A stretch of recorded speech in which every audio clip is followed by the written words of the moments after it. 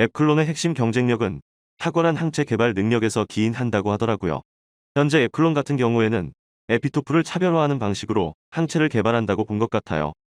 저희가 네스트 플랫폼이라는 플랫폼이 있거든요. 거기서는 기존에 나와 있는 항체 동일한 질환 단백질에 대해서 기존에 나와 있는 항체와 다른 에피토프를 타겟하는 그런 항체를 개발하는 그런 플랫폼입니다. 플랫폼을 통해서 저희가 중국의 기술 이전을 AC101도 개발했고요. 이번에 한국에서 임상 중인 AT101에 대한 항체도 플랫폼을 통해서 개발했습니다. 거기서 나온 걸로 통해서 현재 나와 있는 항체와 차별화된 에피토프에 붙는 항체를 저희가 개발함으로써 아무래도 붙는 부위가 다르면 효과가 다르고 메카닉도 좀 차이가 있을 거라고 생각을 하거든요. 일반적으로 저희가 코끼리를 질환 단백질로 생각하면 코끼리의 등을 때리는 것과 코끼리의 코를 때리는 것은 코끼리를 똑같이 타격하는 거지만 효과가 다를 거잖아요. 비슷한 맥락의 콘셉트라고 생각을 하시면 될 것 같습니다. 그래서 질환 단백질을 타겟해서 딱 작용을 하는데 질환 단백질이 이만한데 거기에 붙으면 모두 동일하게 작용하는 것이 아니냐라고 생각하실 수 있지만 저희는 기본적으로는 아니다라고 생각하고 있습니다. 붙는 부위가 다르면 효과가 다를 수 있다. 라는 컨셉을 가지고 개발을 해서 AT101도 개발하고 AC101도 개발했습니다. 국내 바이오 신약 개발 전문 업체로서 기술 이전을 주수익 모델로 하는 것 같아요. 기술 이전 경우에는 계약금 형태로 매출이 발생하는 거잖아요. 그래서 추후에 기술 이전된 기술이 적용된 제품으로 인한 수수료 같은 게 후에 발생할 수 있는 구조인지 궁금합니다. 저희가 국내에 지시셀 같은 곳에 기술 이전한 게 있고 그 다음에 해외에는 AC101 있고 그리고 저희가 직접 하는 거는 AT101이 있는데 국내에 계약한 거는 그렇게 거기서도 업프론트 페이먼트 그러니까 계약금 선급금이랑 마일스톤이라고 그래서 중간에 받게 되는 단계별 기술료 같은 것이 있습니다. 근데 국내 회사와 같은 경우는 비용이 그렇게 크지 않습니다. 또 다른 사업부의 형태로는 국내 업체들은 보통 저희한테 CS라고 그래서 커스터머 서비스라고 저희한테 항체 제작 서비스를 맡깁니다. 의뢰를 하는 거죠. 이거 만들어주세요 하고 돈을 주고 의뢰를 하면 저희가 그걸 만들어드리는 시스템이죠. 그래서 CS는 아까 말한 선급금이나 중도금 같은 거는 관계가 없고 저희가 일정 금액을 받고 항체를 만들어드리는 형태의 사업입니다. 그리고 저희는 저희 나름대로의 제작 노하우를 가지고 있고 그리고 이 분야에서 경험이 축적된 게 있어서 여러 기관에서 저희한테 서비스 의뢰를 맡기시죠. 바이오 30억 정도 매출이 발생하고 있는 항체 제작 용역 서비스 말씀해 주신 거죠. 앱클론의 수익 전략에 대해서 연초에 발행된 기술 분석 보고서를 봤는데 앱클론이 단기, 중기, 장기 수익 전략이 있고 그중 단기가 이제 항체 제작 용역 서비스 사업화였던 것 같습니다. 30억으로 안정적으로 매출이 발생을 하면서 성공적으로 안착된 것 같아요. 여기에 추가적으로 매출이 늘어날 여지가 있는 건가요? 네, 맞습니다. 저희가 그 부분에 대해서 계속 조금씩 늘어나고 있는데 모든 바이오 회사들이 항체를 사용하는 건 아닙니다. 그분들이 항체를 많이 하게 되면은 저희도 매출이 올라가는 건데 아무래도 국내 시장이 제한돼 있다 보니까 매년마다 조금씩 늘어나긴 하지만 그렇게 드라마틱하게 확 오르지 않습니다. 아무래도 국공립연구소도 그렇고 일반 바이오틱 회사도 그렇고 주문을 많이 하거든요. 하지만 그 회사의 아이덴티티가 있기 때문에 갑자기 전혀 관계없는 회사가 항체를 필요로 하거나 하진 않죠. 근데 항체 치료제가 많이 붐을 타고 있고 블록버스터의 5개 이상이 다 항체 치료제이기 때문에 이쪽이 전망이 밝은 거는 사실입니다. 2022년에 경기 침체로 인해서 변동성 축소로 뚜렷한 성과를 못 내는 바이오 회사들은 추가 자본 조달에 어려움을 겪고 있는 걸로 알고 있어요. 앱클론 같은 경우에는 실제로 연간 캐시번이 상대적으로 적은 걸로 알고 있어서 유리한 측면이 있을 것 같아요. 그리고 앱클론 같은 경우에 추가적으로 자본 조달을 받은 상황인가요? 저희는 9월에 자본 확충이 됐고요. 이미 일찍이 진행해서 9월에 자본 확충이 됐고 220억을 저희는 확보를 했습니다. 그래서 저희가 임상 1상 끝난 다음에 2상으로 바로 넘어가야 하잖아요. 내년에 저희가 하는 카티 치료제는 이제 임상 2상 들어가거든요. 지금 1상 중인 상태고요. 거기서 딜레이가 생기면 안 되기 때문에 미리 준비를 해서 자금을 확보했고 그래서 그 부분에서 저희가 걱정하시는 부분들은 사라졌다고 볼 수 있습니다.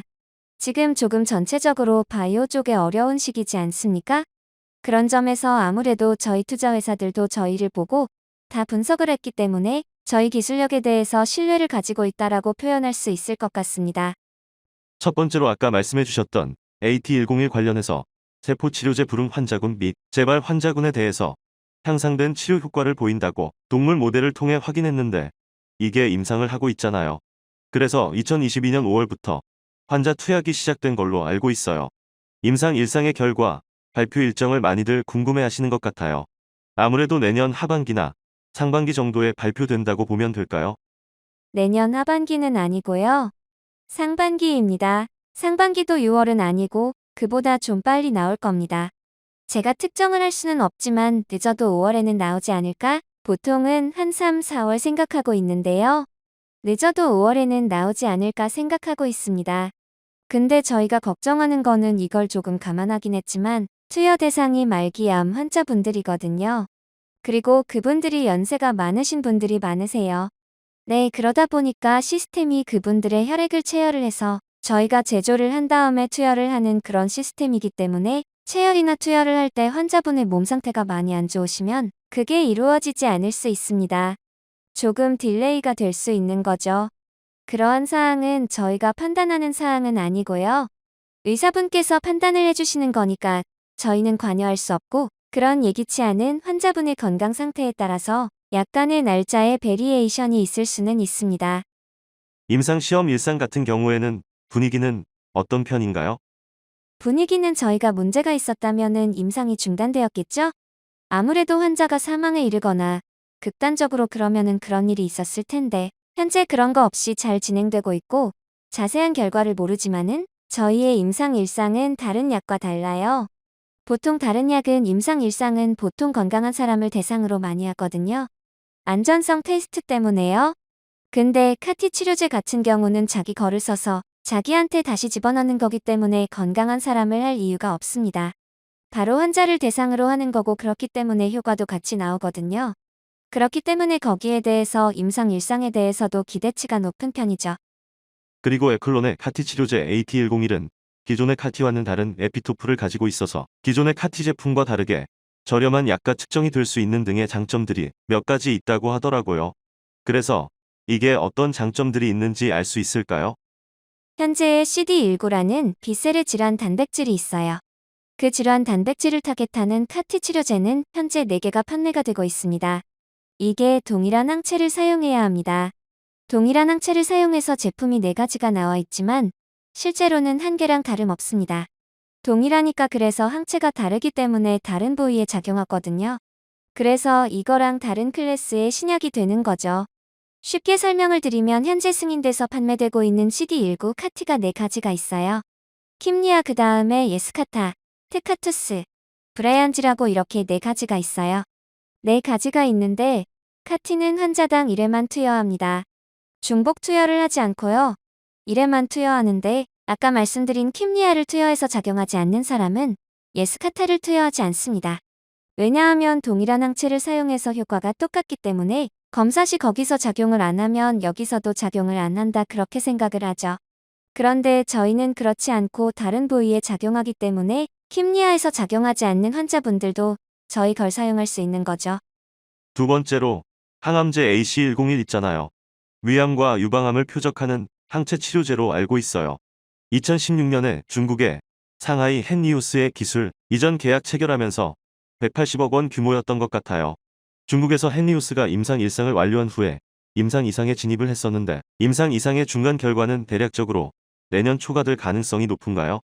네, 그쪽에서 저희가 연락을 해서 받았는데 거기 일정에 대한 사항은 그쪽의 임상 모니터링 위원회라고 하는 곳에서 결정을 하는데 10월보다는 올해 말 12월이나 내년 1월이 더 가능성이 높다라고 답변을 들었습니다. 근데 아직 일정이 확실히 정해진 게 아니라서 12월이나 1월이라고 확실히 말할 수 없다라고 답을 받았습니다. 헨리우스가 시밀러 매출이 한 1,700억 정도 기록할 만큼 회사 최대의 매출로 알고 있어요. 헨리우스에서는 AC101을 바탕으로 시밀러 매출 성장과 동시에 신약 개발사로서 성장하려고 하는 것 같아요. 이런 배경으로 헨리우스의 AC101이 임상이 매우 신속하게 진행된다고 하던데 결과적으로는 에클론에겐 결실을 빨리 확인할 수 있게 하는 것 같아요. 그렇죠. 그리고 타깃이 위암이거든요. 위암 환자 수 1위가 중국이에요. 헨리우스는 그 자체 시장만으로도 엄청나게 크니까요. 다른 나라 인구도 그렇지만 다른 나라랑 비교도 안 될 정도로 발생수가 높습니다. 발생률 자체는 우리나라도 중국만큼 높은데 인구가 많다 보니까 환자 수는 엄청나게 중국이 많죠. 그래서 중국은 1차적으로 그걸 위암 치료제로 개발을 하고 그게 기본적으로 예상되는 효과에 대해서 말을 했는데 좋을 것 같다고 해서 진행에 속도를 낸다고 했었습니다. 마지막으로 회사의 장단기적인 모멘텀을 말씀해 주실 수 있나요? 장단기적인 모멘텀은 가장 저희 회사에서 돈과 시간을 투자하고 있는 부분이 AT101이거든요. AT101은 저희가 직접 매출도 올릴 수 있고 그러는데 거기에 대한 결과가 나오면 그 결과에 대해서 저희가 해외 기술 이전 같은 것도 생각을 하고 있고요. 그렇게 되고 내년에 임상 이상도 들어갈 거고 그거를 위해서 올해 9월에 자금도 확보했고 그래서 그런 일정이 준비돼 있습니다.